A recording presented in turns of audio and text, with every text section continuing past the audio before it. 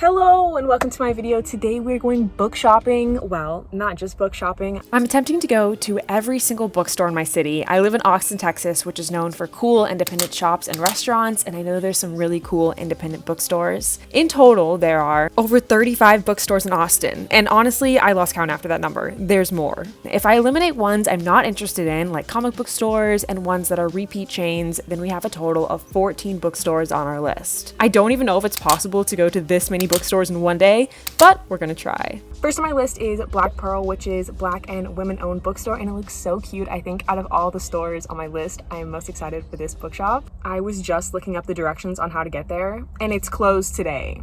It's literally Saturday. It's book shopping day. Might as well just change the title now to going to every bookstore except one in my city. That is tragic. Next on my list is Barnes & Nobles, which I know is not unique considering how many independently owned bookstores there are in Austin, but we're gonna go to Barnes & Nobles, which is the furthest bookstore for me, and then I'm gonna slowly work my way back through all the independently owned bookstores.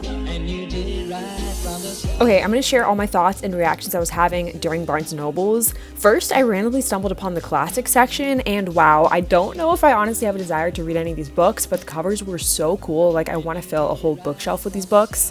Then I made my way to the romance section, and the whole After series was there.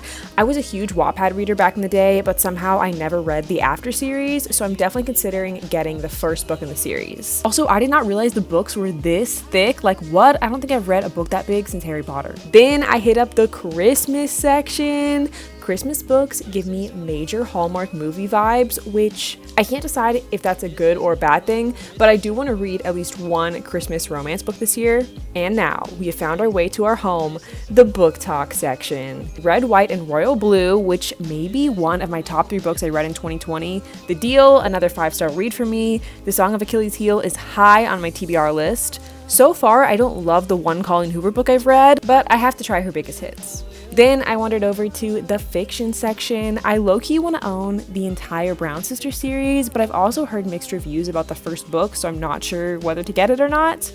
The Hayden Gay movie comes out in literal days, and I am beyond excited. I do want to try another Sally Thorne book at some point, and 99% Mine is going on my TBR list. 14 Ways to Die. I've never heard of this book before, but the title, cover, and the tagline really caught my attention. I may be making my first impulse book purchase ever. I just got out of Barnes & Nobles and I ended up only getting one book, 14 Ways to Die. I had planned to also get After by Anna Todd. Last night I watched After We Fell, and I know it's toxic, but I'm a sucker for that series. But they only had one copy of After and it was pretty banged up, so I ended up not getting it. But I'm excited about 14 Ways to Die. I've never heard of this book before, and I normally only buy books that I've seen on Book Talk a ton, but I thought it'd be fun to just like take a chance on a random book. It's YA, it's a mystery about a serial killer called the Magpie Man, and this girl whose mom was killed by the serial killer, and now she's on some sort of reality show and trying to find her mom's killer. Okay, next on my list is a Japanese bookstore. I'm not even gonna attempt to say the name because I will mega butcher it, so I'm just gonna put the name here, but it looks so cute and I'm really excited to go there. Okay, again, sharing my book reactions. Pride and Premeditation. What? A classic novel meets murder. Like, could there be anything more perfect for me? I don't know that I have any desire to read Lord of the Rings, but this cover is very cool. The Charm Offensive. Never heard of this book before. It takes place on a reality dating show, which now that I think about it, I'm surprised I've never read a romance novel with this setting before, and now I want to. The Thursday Murder Club sounded so fun. It was giving me mega Only Murders in the Building vibes, if you've seen that show with Selena Gomez. And those are all the books that caught my attention. They also had a surprisingly big cookbook section and so many things for sale, from stamps to incredibly cute stickers to journaling supplies. They had cards, they had these really cute clocks, wrapping paper, journals, literally everything you could need they had. And incredibly cute stuffed animals. Like, look how plush and adorable these are.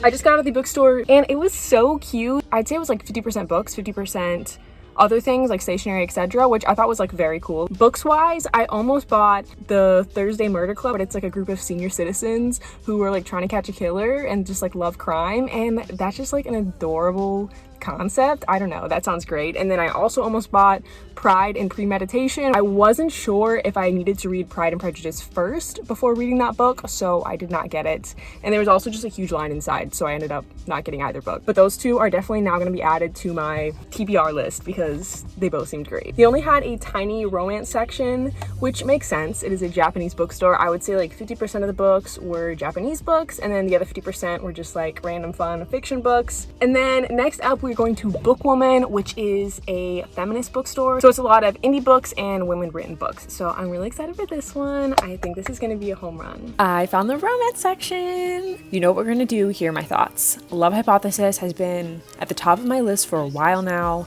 The Dating Plan, I never heard of this book before, but the beautiful cover caught my attention. It looks like it's fake dating combined with a marriage of convenience. Meet Cute Diary. Ah, what an adorable book name. This book is a rom-com about a transgender teen's first love. Detransition Baby is about 3 women and deals with motherhood, being queer, transgender, detransitioning, and so many other incredible topics. I was honestly kind of overwhelmed by just the range of feminist and minority book topics covered in these shelves. There was books about violence against women, suppression of women, rape culture, period culture, and like I said, not only women topics, but also minority focus on people of color and queer novels. And honestly, yeah, the list just goes on and on. I know I just very rapidly listed a lot of heavy topics, so to do a full 360, I also went to a very adorable plant store next door. I didn't get anything because I have to save my money for books in this video, but wow, I wanted everything. Bookwoman was so freaking cool. It's a pretty smaller bookstore, but they still had like shirts. They had the coolest cards ever. They had puzzles and other little knickknacks like that. But the main thing was obviously that they had a bunch of indie and like women authored books / women topic books. I'm pretty sure every book in there is written by a woman. And yeah, they had a lot of sections with very cool topics that I would love to read about. I just honestly felt overwhelmed because I am basic and have just been reading all the book talk books, but I do want to do some research on indie books, indie authors, and then come back and make some purchases because I really just like didn't know where to start since I haven't honestly read about a lot of these different topics, but I would love to. And then next up, we're going to the Amazon Prime bookstore, which I know people have mixed feelings about buying books on Amazon Prime, but I did want to check out the Amazon Prime bookstore. I didn't know that those existed, nor that I had one in Austin, so I'm very intrigued. I took very little clips in the Amazon Prime store because it was so freaking crowded, but it was really cool. They had all the books, had little digital price tags that showed you the original price of the book if you bought it at a store, and then what the price would be if you got it at the Amazon Prime store. The Midnight Library caught my attention because it was $13 for a hardcover copy. I also found After by Anna Todd, which is the book I almost got at Barnes & Noble's, so definitely probably getting this one. They definitely had all of the most popular books that I've generally heard of. And yeah, I ended up checking out and getting these 2 books. I'm stressed. I just got out of, I literally forgot the name because my brain is scrambled, the Amazon Prime bookstore. And oh my gosh, the Amazon Prime bookstore is at the Domain, which is a big outdoor shopping mall in Austin, and it was so crowded. It took me like 30 minutes to find parking. And the Amazon bookstore itself is actually really cool. They had a book talk section, then they had a section for women authors, which I thought was really cool. I ended up getting 2 books. I found After by Anna Todd, so I'm glad I was able to get this book today. She's so thick. I don't know when I'm gonna find time to read this book, but yes, very excited about this. I think it was like $10, which is really good. And then this book was not even on my TBR list. I did not even expect to be looking for this book, but I ended up getting the Midnight Library solely because it was $13 for a hardcover. I feel like $13 for a paperback book is good, but $13 for a hardcover? I cannot pass that up. And then next up, we're going to Recycled Reads, which I've actually been to Recycled Reads once before, and I really like it. It's owned by the Austin Public Library, I believe, and all of the proceeds go to the Austin Public Library, so it's cool that you're supporting the library system while you're there. And almost every single book there is $2 or under. Like, that is so incredible. And the reason that they're $2 or less is because they're the books that the library is no longer carrying, or they also take donations. I'm skeptical that I'm gonna find anything I like, just because if the library no longer wants to carry them, does that mean they're just super outdated or really unpopular? I don't know. But for under $2, I could literally just pick any book and give it a shot. Look at these prices at Recycled Reads. Look at them. It is $2 for hardcovers and $1 for paperbacks. First of all, why? Why do all non-contemporary romances, and honestly even some contemporary romances, have shirtless men on the cover? No sir, I do not want to look at your abs, how dare you. I almost got this book, Surprise Me by Sophia Kinsella. It's about a married couple trying to spice up their relationship, but it got mixed reviews on Goodreads, so I ended up not getting it. Then I decided to do some exploring. Look at all these cool old books.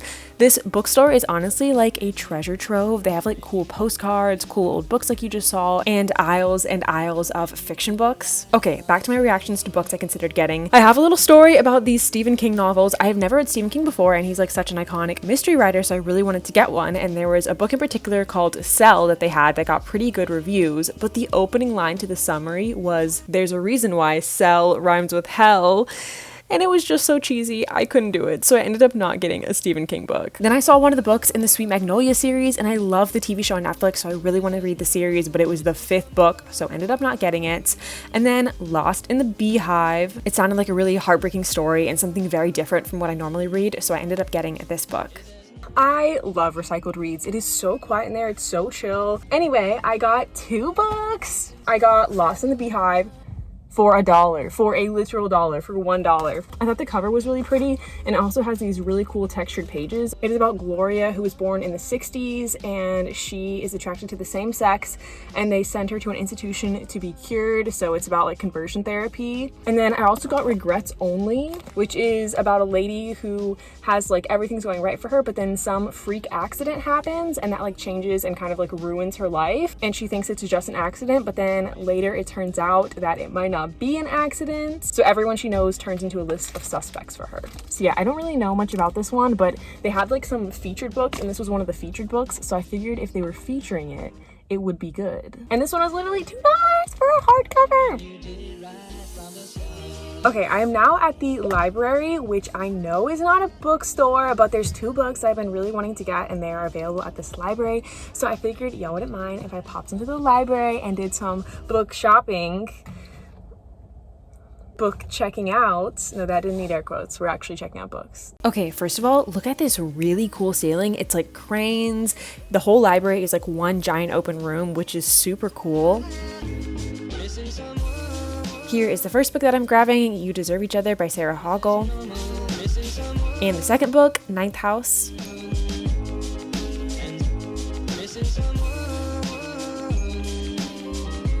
Okay, I just got out of the library. I just went in and out really quick, but I've never been to this library location, and it was so cool inside. Anyway, I got Ninth House, which is a dark academia book, and I believe it's also fantasy. I did Google whether it has any romance, and it has, I'm pretty sure, 0 romance, which I've never read any book that doesn't even have like a romance subplot, so I'm a little scared. But I haven't read any dark academia books yet, and I know this one got really good reviews. It takes place at Yale, and yeah, the story just sounds very cool. And then I got very different, but You Deserve Each Other by Sarah Hoggle. It is a romance novel between, I believe, 2 fiancés who are not doing well in their relationship, and I feel like every romance novel, once the characters get together, the story just ends, which makes sense. Like, them getting together is the most exciting part. But I've been really wanting to read a book where the characters are already together and are having troubles in their relationship and then find their way back together by the end. So I think this one will be a good one for that. Okay, and with that, to recap, we have been to, I believe, 6 places total. If you don't count the library, then 5 bookstores. I think I had 14 bookstores on my list to cover all the bookstores in Austin, so we have barely scratched the surface. However, I have been book shopping for the last 4.5 hours, and my phone is about to die, and I need my phone for directions, so if I can't use my phone, I can't get home. So I think I'm gonna go home. Don't hate me, but if you like this video and you want me to keep continuing the series, I love how this turned from one video idea into potentially like a 3-part series of going to every single bookstore in my town, independently owned and chain, then let me know in the comments because I would love to do a part 2. Also, tell me why I got 7 books today. Like, who let me do this? Like, this is a crime. And yeah, with that, I'm gonna go, and I'll see you guys next week. Bye!